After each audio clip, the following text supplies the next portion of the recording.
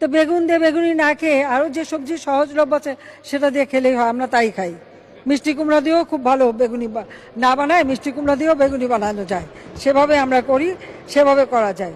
মাংসের পরিবর্তে এখন কাঁঠাল, এবং এই কাঁচা কাঁঠাল, এই কাঁঠালের কাবাব হয়, কাঁঠালের বার্গার হয়, কাঁঠাল নানাভাবে কিন্তু আমি কিন্তু করি আমাদের বাড়িতে। কাঁঠালে কাবাব করি, মাংসের পরিবর্তে কাঁঠালটা দিয়ে আমরা ওই স্বামী কাবাব বানানো বা বার্গার বানানো, কারণ আমাদের এখন অনেকে ভেজিটেরিয়ান হয়ে গেছে। ডিম সেদ্ধ করে আপনি যদি জিপলকে করে ডিপেও রেখে দেন, ডিম ভালো থাকে অনেক দিন।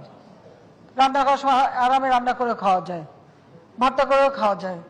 আমরা রাখি, খাই দেখে বলি আর কি। এগুলো তো নিজের থেকে শেখা। এখন থেকে কাঁচামরিচ কিনে রোদে শুকায় রেখে দেন, বর্ষাকালে যখন দাম বাড়বে ওটা কিছু একটু পানিতে রাখলে কিন্তু আবার তাজা হয়ে যায়, আবার রান্না করে খাওয়া যায়। সহজ বুদ্ধি। টমেটো, অতিরিক্ত টমেটো হয়েছে বলছে কি করব, আমরা রোদে শুকায় রেখে দেন। পেঁয়াজ ছাড়াও কিন্তু রান্না হয়।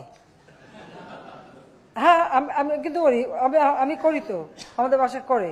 আমরা কিন্তু পেঁয়াজ ছাড়াও রান্না করি। অনেক তরকারি আছে যা পেঁয়াজ ছাড়াই করা হয়। আপনারা যদি প্রেসার কুকারে মাছ 1 ঘন্টা 10 মিনিট সিদ্ধ করেন, মাছের কিন্তু কাঁটা নরম হয়ে যায়। মাছ মাছের মতনই থাকবে, কিন্তু কাঁটা নরম হয়ে যাবে, এবং আপনারা সেটা বাচ্চাদেরও খাওয়াতে পারবেন, এতে কোনো অসুবিধা হয় না।